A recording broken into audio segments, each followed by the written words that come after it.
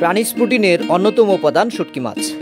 মাছের শুটকি থেকেই মাছের খাদ্য, গবাদি পশু খাদ্য, মুরগির খাদ্য তৈরিতে যে শুটকি ব্যবহার হয় তার বেশিরভাগ অংশই সামুদ্রিক মাছের শুটকি এবং তার সর্বাধিক অংশই হাতিয়া দ্বীপাঞ্চলের। মাছ ধরা ও শুটকি তৈরি করাই এই দ্বীপাঞ্চলের মানুষের অন্যতম প্রধান পেশা। শুষ্ক মৌসুমে শুটকি তৈরি আর বর্ষা মৌসুমে ইলিশ, এই হলো উপকূলীয় হাতিয়া দ্বীপাঞ্চলের বাসিন্দাদের জীবন ও জীবিকা।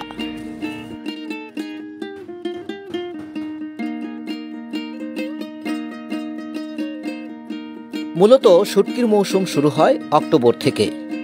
এখানকার শুটকির মধ্যে চেওয়ার প্রোটিন ও চাহিদা প্রচুর। শুটকিতে লবণের পরিমাণ কম থাকায় কক্সবাজারের শুটকি থেকে গুণগত মান ও মূল্য দুটোই বেশি। মাছ ছড়িয়ে ছিটিয়ে বিছানোর কাজটা করে থাকে কিশোরেরা। কাঁচা মাছের স্তূপ থেকে গলদা, বাগদা চিংড়ি আলাদা করে নেয় তারা, এটাই তাদের পারিশ্রমিক।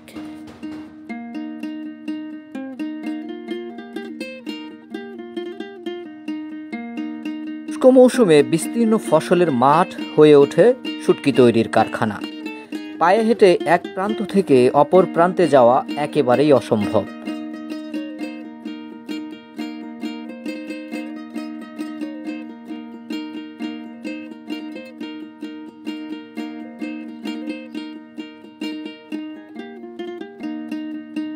জেলেরা জোয়ার ও ভাটার হিসেব কষে মেঘনা ও সমুদ্রের মোহনায় যায় মাছ ধরতে। মাছ ধরে ডাঙায় এনে বিস্তীর্ণ মাঠে ফেলেই শুকনো হয়। 2-3 দিনের খড় রোদেই শুকিয়ে যায় শুটকিগুলো। শুকিয়ে যাওয়া শুটকিগুলো একসাথে জড়ো করে রাখা হয় বিশাল আকার একটি বেষ্টনীর ভিতর। এখানকার ভাষায় যাকে ঘের নামেই ডাকা হয়।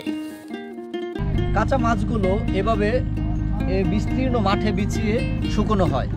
শুকনোর পর আপনারা দেখতে পাচ্ছেন পিছনে যে ঘের, চতুর্দিকে ঘেরা, এরকম ঘের জায়গাতে তারা স্তূপ করে রাখে। শুকনোর পর এখানে সংরক্ষণ করা হয়। তারপর যারা পাইকার আছে, স্থানীয় পাইকার, তারা অল্প পরিমাণে সংগ্রহ করে, প্রতিটা ঘের থেকে সংগ্রহ করে এখান থেকে ট্রলারে করে তারপর নিয়ে যাওয়া হয় পরবর্তী বাজারে ট্রাকে লোড করার জন্য।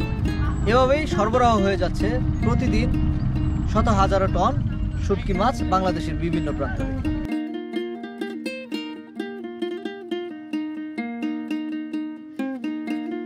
এক বা একাধিক ট্রলারের মালিকই হলো মূলত মহাজন।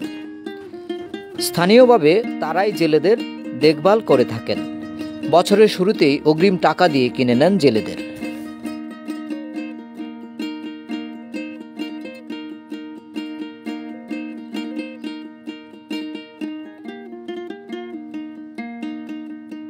উত্তাল সমুদ্রের সাথে পাল্লা দিয়ে জীবন ও জীবিকা খুবই দুঃসাধ্য ও কষ্টের।